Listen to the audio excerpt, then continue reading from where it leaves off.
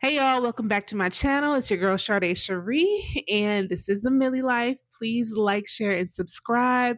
If you do subscribe, you will be notified anytime I drop a new video. If you are new here, this is a channel for all millennials. We talk all millennial-esque things: movies, TV shows, books, skincare, hair care, hot topics.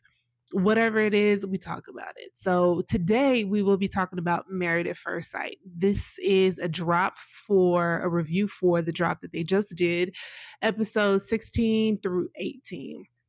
Now, side note, I just want to say I actually kind of like how Peacock is doing the releases of these episodes, because if you're an OG Married at First Sight fan, you already know it was rough waiting week to week for like 13, 15 weeks for them to drop each episode. I really it's a very enjoyable experience as a viewer, not having to wait 10, 12, 13, 14 weeks to see the entire season. The season is pretty much done. I feel like this next round of drops will be probably the season finale, and then I'm sure we'll have a reunion. So that's just a side note. Peacock, I like it. Now let's go ahead and jump right into episode 16. I'm just going to review these together, hit the important parts that we need to talk about. So when we start episode 16, we jump right into Belle, Jolie, and Mecca. If you recall last episode at the dinner table, at the group dinner, Mecca, in a conversation that he's having with Nikki about growing into attraction, Mecca says, he puts his foot in his mouth. He says, well, I wasn't that attracted to Belle Jolie when I first met her. And Belle is like, huh? What you talking about? And they have a little sidebar conversation. And he says, yeah, I thought this girl was pretty. That's what I said to myself, but she's not pretty enough for me.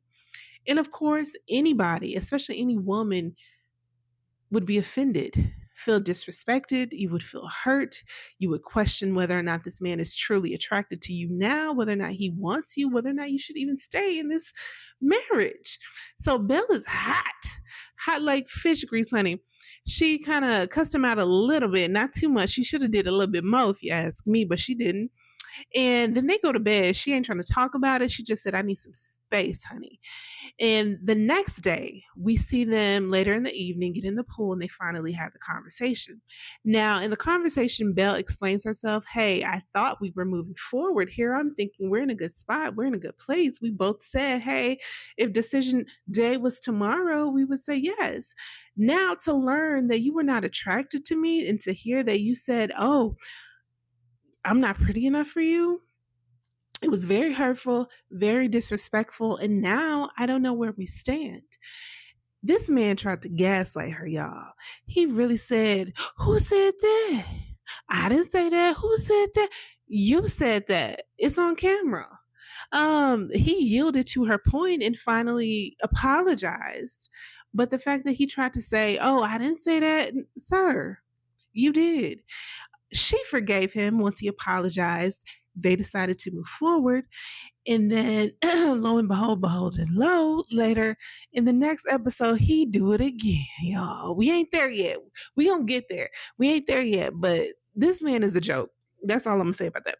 Next, we see, I believe, Devin and Caitlin getting their stuff together. They have a conversation about still not having any sort of romantic connection. Apparently, they had not even shared a kiss, like a real kiss, since they left Mexico weeks ago, which I found ludicrous, because even if you are slow moving to any sort of romantic or sexual intimacy, at the very least, you would give somebody a kiss, good morning. If you found them attractive and you wanted to work on your intimacy level, in the morning when you wake up, good morning, I'm about to leave for work, a quick kiss, a quick hug. Or before you go to bed, all right, hun, all right, Devin, good night, something. She didn't give this man nothing. She didn't give herself anything. Like, how can you expect someone to continue to pour into you and they're not getting anything back? Reciprocity is real. Reciprocity is necessary in a healthy relationship. And I don't know if she doesn't understand that or she just does not know how to extend that level of care and concern and love and affection. I don't know. But that's what we learned. Also, we learned from Adam once everybody gets to the cabin, actually, it's not everybody. So, fast forward, all the couples pack, they all start to migrate their way down to the cabin where they're staying for the couples retreat. Now, Adam, Marissa, Michelle, and Cameron get there first. Now, these are the messiest couples when it comes to the men, honey, and Michelle kind of messy as well. But they're all having a conversation, and Adam basically tells Marissa and Cameron that he, Marissa, Devin, and Caitlin went out to a concert, and Devin is really trying to forge some sort of connection with this girl, have great memories, great experiences, bond. And Adam, according to Adam, at this concert, Caitlin was on her phone the entire time, disengaged from the group, disengaged from Devin, acting like she didn't want to be there. If this is true, this explains so much. How could you expect somebody to want to continue to be with you if you treat them like you don't want to actually be around them? Weird. Anyway, moving forward. Next, all the couples start arriving. Everybody arrives except for Nikki and Sean and Felipe and Tori. Reason being, Sean and Nikki are still driving. Felipe and Tori actually have car trouble. Unfortunately, they get I don't know what was wrong, but not a flat tire. Something was smoking in Tori's car because Tori is driving. She pulls over on the side of the road, car broke down, and they're trying to figure out what they're going to do. So Tori is driving, of course. We see Tori on the phone, and then she gets off and it's like, well, the tow truck is coming. The tow truck company is coming. Then we see Felipe in the passenger seat, passenger princess style, patting Tori while she's handling the phone calls, handling the business. I don't know if y'all are like me, and apparently Tori is like me. It's something just masculine and something that feels comforting when you are on a road trip and you have your man driving and you in a passenger seat. That feels good. Having to always drive a man, that ain't it. It makes you side eye him. It makes you feel like, okay, are you not in control? Are you not a leader?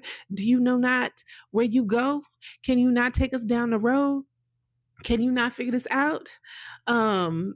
All the time while he's sitting in that passenger seat, I'm thinking, why didn't he drive? Where is his car? Why is he not on the phone helping this girl try to figure out what to do? Find them another ride. He's just over there chilling, honey. And next we see Tori in the confessional saying the exact same thing. You know, she said a husband is supposed to take care of her. He said he would take care of her in her vows. Here you are in the passenger seat kind of petting me and, patting me. That's not helping. You have not lifted a finger to do anything to resolve the situation that we're currently in. So all of this is playing in the back of her head, and she ain't said a word about it. That's one thing about Tori I will say. She's not a pop-off queen. Which I think men tend to like. However, the thing is, women who are more strategic in the way that they move, I think have more power when it comes to relationships, because the men never see their next move coming. And I feel like Tori is that way. Moving forward, they finally make it to the cabin. Nikki and Sean finally make it to the cabin. Everybody has their room, and then the drinks start flowing, honey. They start hanging out. They start playing these messy games, which I'm sure the producers put them up to. But the point is, every single couples retreat, some mess gets started some kind of way. Now, this game that they start playing is kind of like a superlative game. Like, who is most. So it's kind of like a superlative game where you ask, hey, who's the most likely to do this? Or who's the most likely to do that? So that was the game that they started playing. So unfortunately, Felipe was the answer to most of those questions. Most of the messy questions involved whether or not you would be doing something inappropriate, betraying your partner's trust. So one of the questions was, who would be most likely to forget they're in a relationship and give their number to someone? Who would be most likely to match partners with somebody else? Most of the answers were Felipe, and the consensus in the group is that Felipe is reckless, Felipe is immature, Felipe has no fidelity, and Felipe would probably stray in his relationship and cause havoc in some way. They don't take him seriously. And also, some of the answers were for Caitlin. Some of those questions were, who would most likely want to switch partners? Who would get the ick from their partner? Those were Caitlin. Again, the consensus is people don't think she wants to be with Devin. So Devin and Tori both have this revelation in their confessionals where they feel like they are the butts of the joke. They're not being taken seriously because their partners don't take them seriously. And it's not a good feeling. They literally both pretty much arrive at the same conclusion.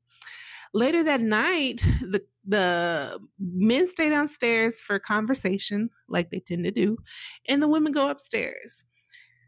Now, in one room, every woman there is sipping, spilling tea, except for Tori. Tori goes to her room. In the conversation, Belle Jolie brings up what Mecca said to her. She tells her the girls, her friends, her homegirls, this man told me he didn't think I was pretty enough for him when he first met me. So, of course, all of them clutched their invisible pearls and was like, what, girl, no.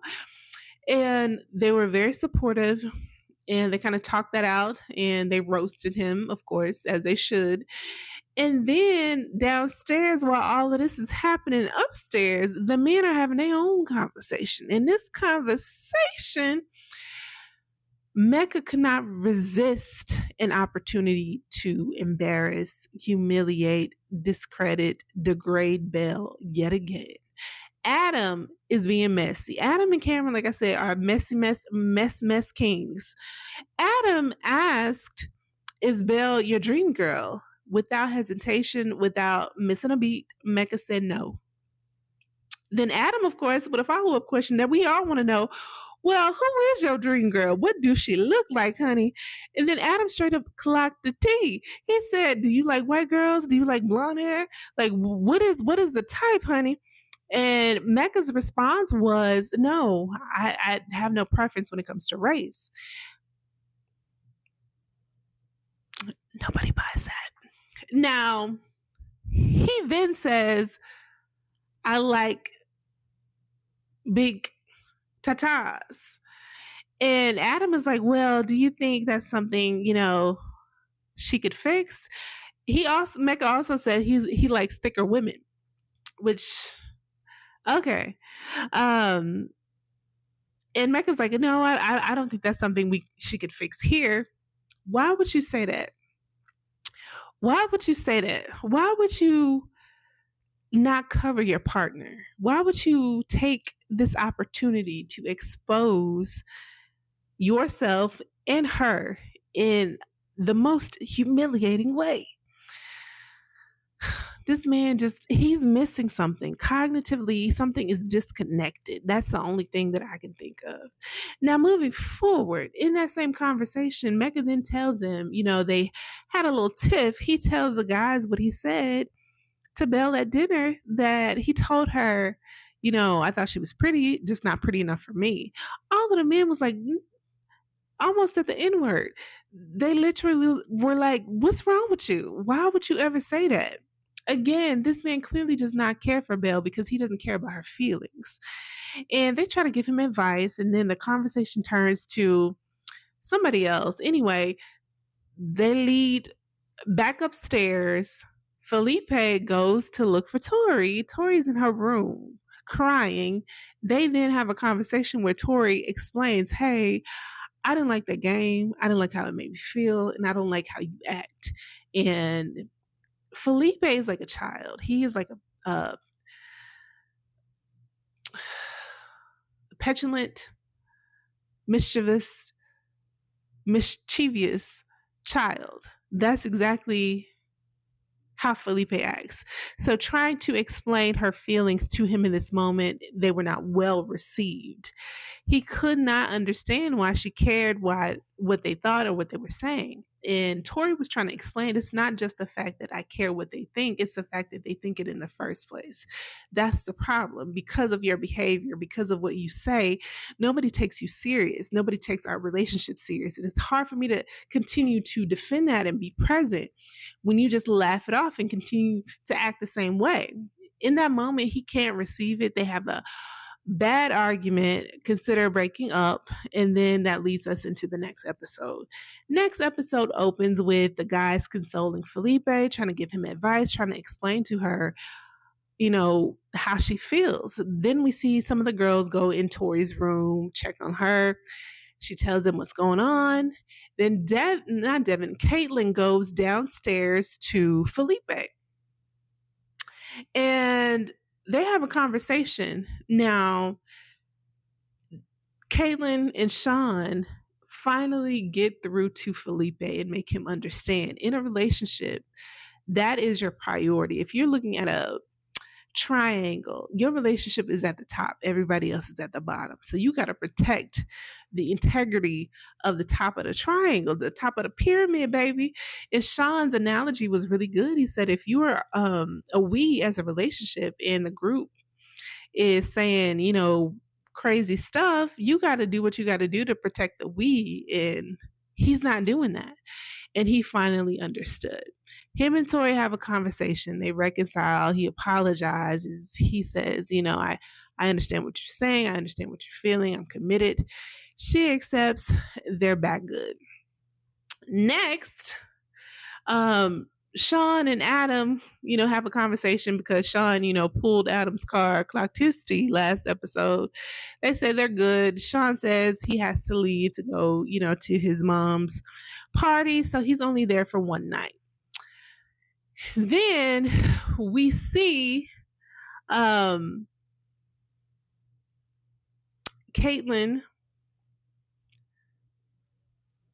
and Devin having an argument. Caitlin tells us in a confessional scene that night she thought they was about to get it popping. Get it popping. She thought they was about to get it popping. Boosa knocking. And it didn't happen.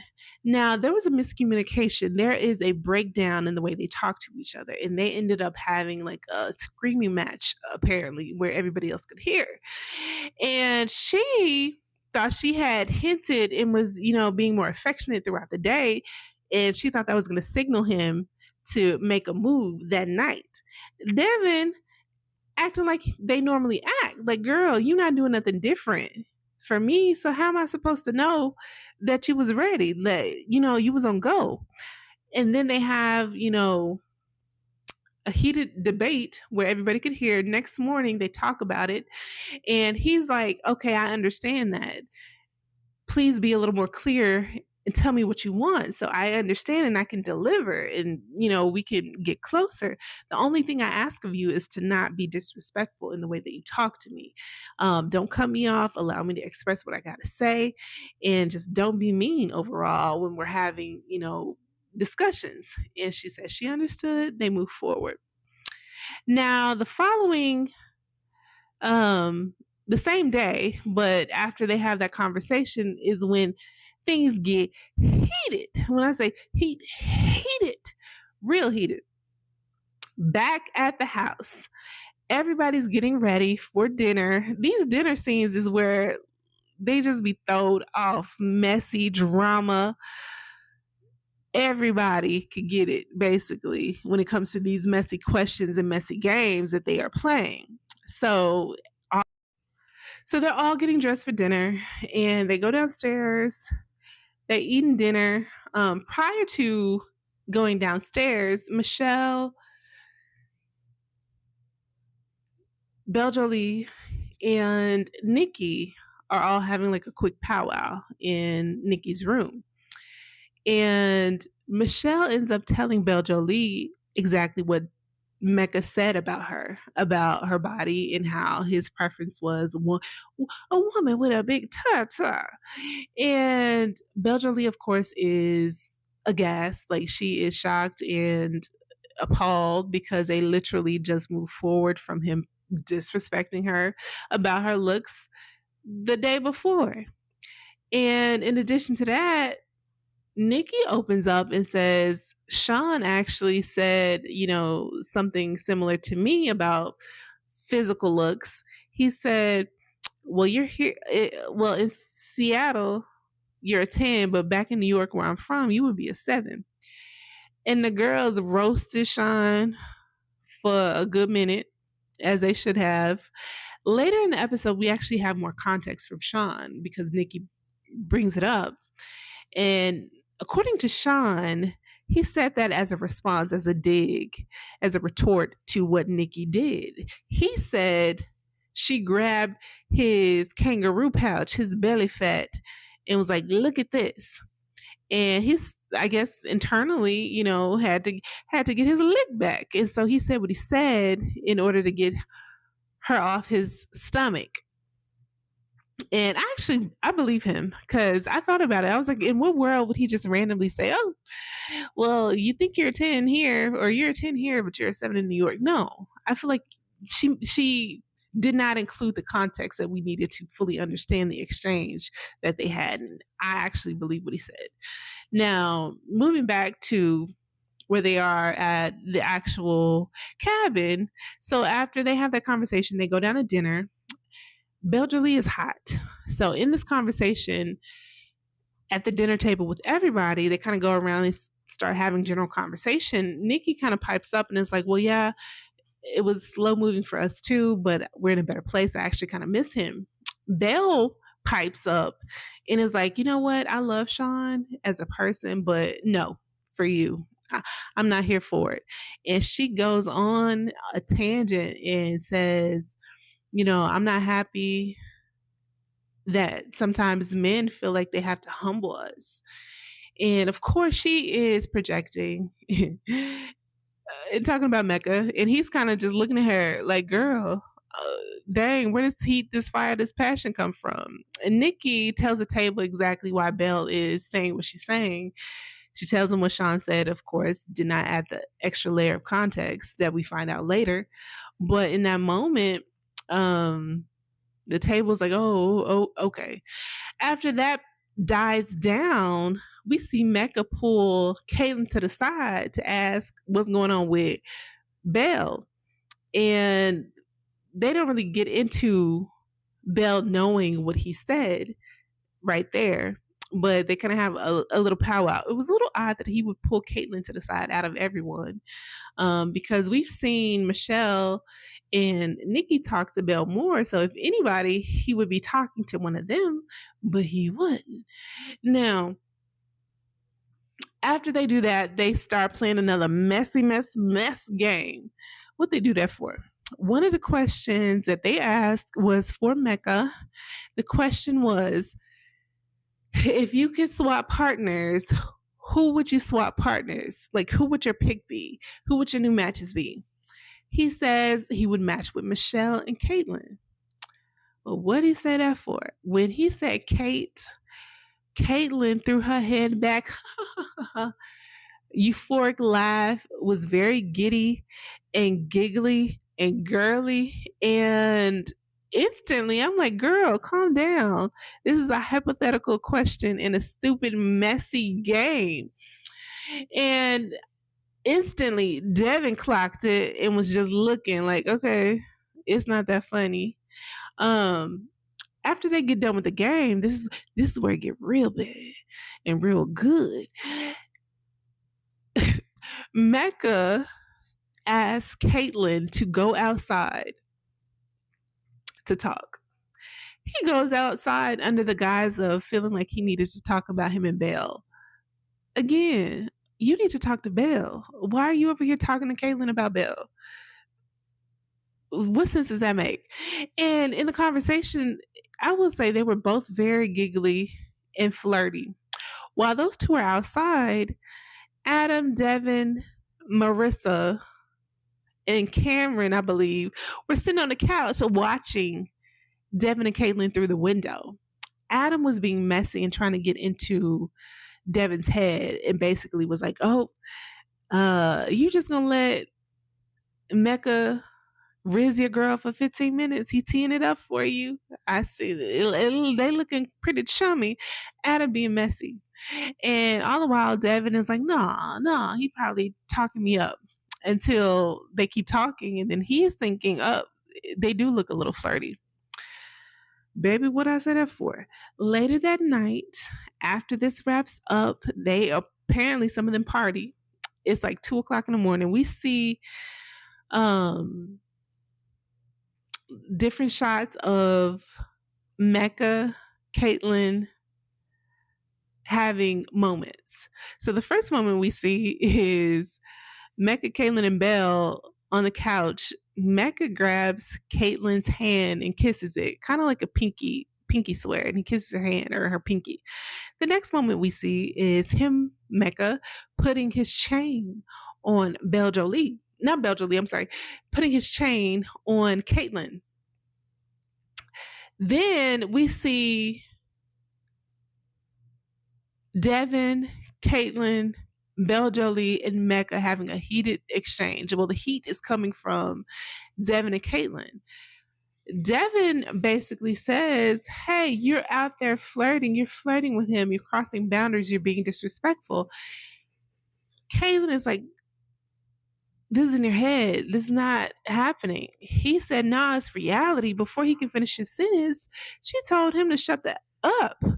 And when I say he lost it, he lost it. I truly thought he was about to slap somebody until Belle kind of grabbed him a little bit and he got up and left. The next morning, we see them have a conversation after they have calmed down, cooled down, and are able to talk. He tells her, you were flirting with him. You responded to him in a way that you've never responded to me.